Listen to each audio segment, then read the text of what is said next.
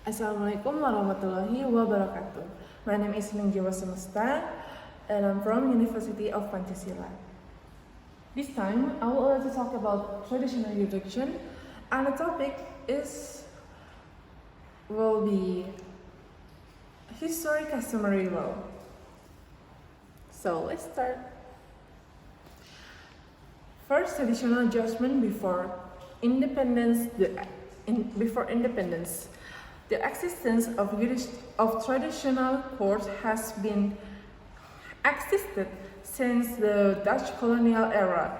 These courts are regulated in Article 130 of Indisch Staatsregeling, a basic regulation in the Dutch government, which determining in addition to the existing courts by the Dutch government. The recognition of jurisdiction for indigenous people, this is traditional jurisdiction and village jurisdiction, because the Dutch realized that they couldn't solve all the problems faced by the Dutch Indonesian people on their own using European jurisdiction. Therefore, Article 163 of the Indisch Staatsregeling, affirmation of the population question in the Dutch Indies is divided into three. First, European population groups. Second, foreign Eastern population. Third, groups, indigenous population groups.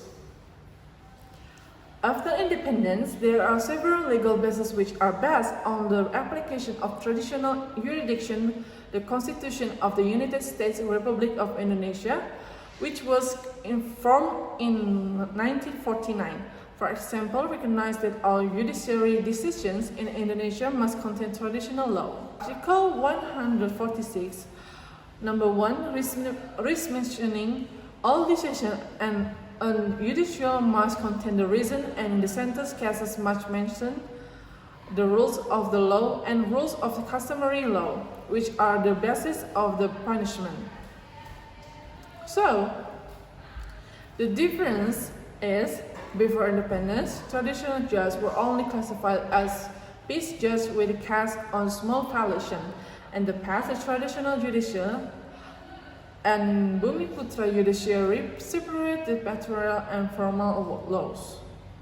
After Emergency Law Number 1 of 1951, the material and formal law provision have been unified into one. Politic of judicial power. According to Brother Nawawi Arif, judicial power is identical to the power of enforce the law of the law enforcement power. As proposed by Herlambang P. Wirakraman, the enforcement of judicial power is not just a matter of article, formal procedure, and granted authority, but it is also the chance of creating access to substantive justice, which measures are not enforcement of rules, but more effective and social enforcement of law while double integrity. And example, there are several obstacles that affect judicial power currently. First, concerning the pressure of the judicial mafia with their vehicle of power. Second, politicization of judicial. Third, there is no protection for the judiciary and the judge. Fourth is judicial power. The problem of judiciary politicization is inseparable when judges subject to the government to make wrong of oppressive policies. The role of judge in judicial power, basically a judge's job is to give a decision in every case or conflict. He or she is a fast fit to be able to uphold the principles of justice for a judge in interpreting the consistency of decisions based on belief in a multi-God. He must fulfill 5 indicators which are standard of justice in general, namely: first, according to the conscience of justice, is their right in the case whether requested or not in the petitum. Second, the party who is obliged has fulfilled what, according to the conscience of justice, is his obligation both to the opposing party and to the other parties in which the dispute is his responsibility. Third, creating balance without discrimination. Fourth, no party will illegally, so justice is achieved. Fifth, there is guarantee of a legal certainty that judicial decision can be implemented easily, effectively, and efficiently.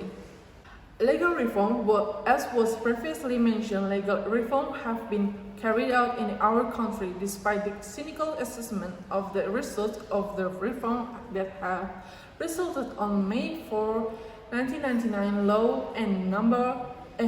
Law number 4 of 1999 concerning regional autonomy. With the entrance of this law, it was declared no longer to apply to laws which became the foundation of all the government policy status. So the concept of the state control over the earth, water, and the natural wealth contained therein was become an effective tool to eliminate the sovereignty of traditional communities as contained in the provision of Law number 5 of 1967, Law number 11 of 1967, the right holder to control the state is the central government, which in practice has used decisions that open opportunity for serious human rights violations to occur.